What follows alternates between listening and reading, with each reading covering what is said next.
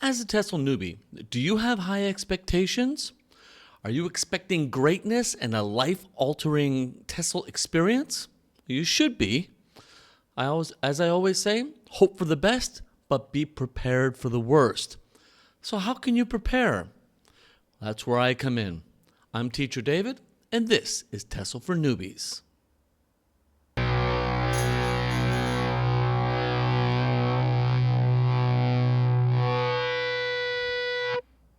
Today we'll be discussing some of the realities of living overseas as TESL newbies. Now, I don't want to rain on your parade, but there are some areas I think you really need to think about so you can adjust more seamlessly to life living and working overseas. So today then, I'll briefly introduce each of the 6 steps that are going to be now in stage 2. So this is the last video of stage 1. So today what I'm going to do is introduce the videos that are coming up in stage 2 by briefly talking about them here today as a way to kind of curb your expectations, to not allow yourself to get too overly excited about your trip overseas. And then in the next 6 episodes in stage 2, I'll talk about each one of these in more detail. So the first area is culture shock. Now, the meaning of culture shock is basically the discomfort and confusion and eventual anxiety that you can feel while living in a new environment, a new culturally set environment. So when culture shock is too great, teachers often do a runner. So for example, occasionally a teacher will, in the middle of the night, sneak out, first pack their stuff, sneak out, head to the airport, and just leave the country. They just can't take it anymore. The culture shock is too great. It's just not what they were expecting. So you can try to mitigate some of this culture shock by reading about where you're going, as I've said in previous videos, and watching, exploring some media about the online media like YouTube videos or even X or some other platform, whatever it is. Learn about where you're going.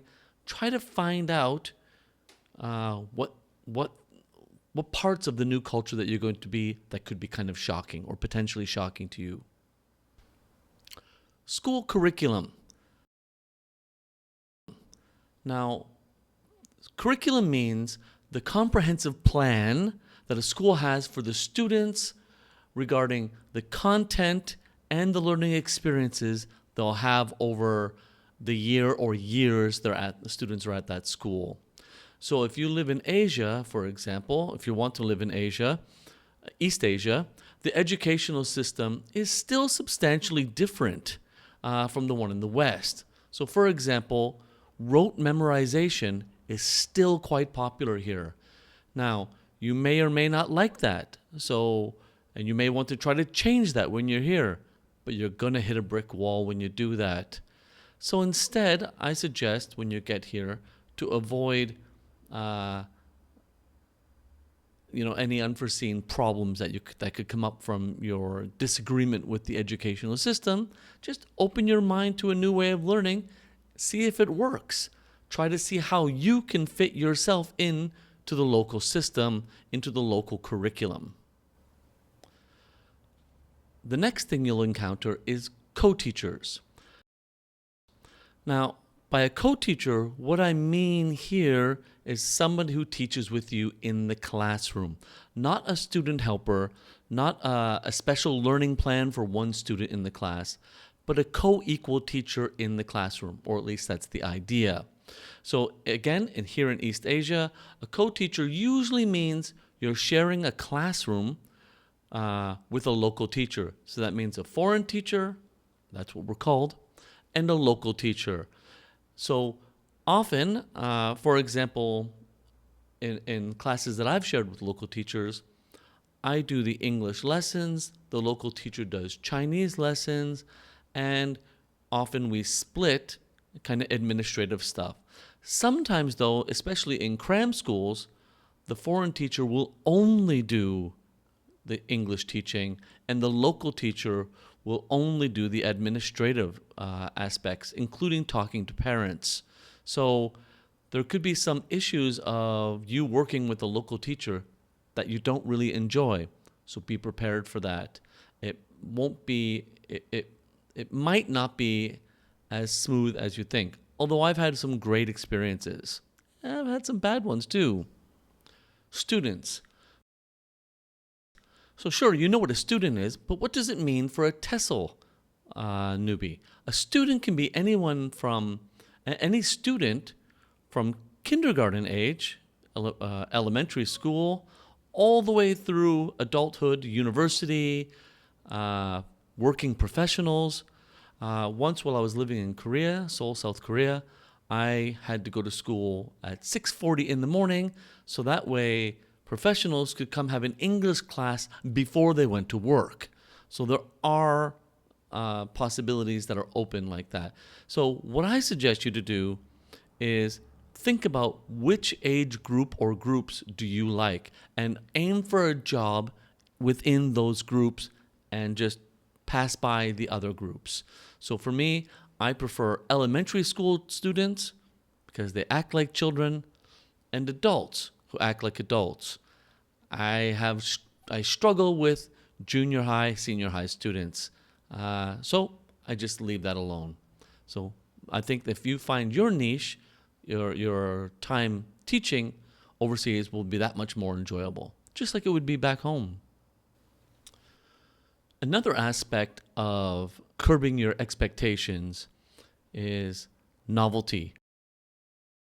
You might think that, wow, I can't wait to experience new things. Well, here I'm going to define novelty as anything that's new or that you might not have seen or even expected to have seen before in your home country. So novelties can range from transportation to foods to social interactions. So for example, before living in Taiwan, I had never seen a family of 4 plus their dog all riding on one scooter together. But I see that here daily. So it depends. Not all novelties you're going to expect, and some of them you might not like. But you just got to prepare yourself for seeing some things that are going to be great, and you're going to want to adapt and possibly include in your life, and some that you're still going to want to put to the side. Homesickness. This is probably the biggest challenge most TESL newbies are going to have. So what do I mean by homesickness? Just what it means. The feeling that you start missing the people you know, the culture you know, and just the overall familiarity of home. So homesickness can range from kind of a mild longing for home and those comforts of home to a deep and potentially crippling feeling of distress and sadness. For example, I've witnessed teachers in the past. I've been here 20 years, so I've met lots of people. I've met a few teachers who on one day seemed fine, and the next day they came to school. You could tell they'd been crying, and they were ready to start crying then. They just missed home. They missed mom and dad. They missed basically everything. Their homesickness, you could see was actually giving them physical distress.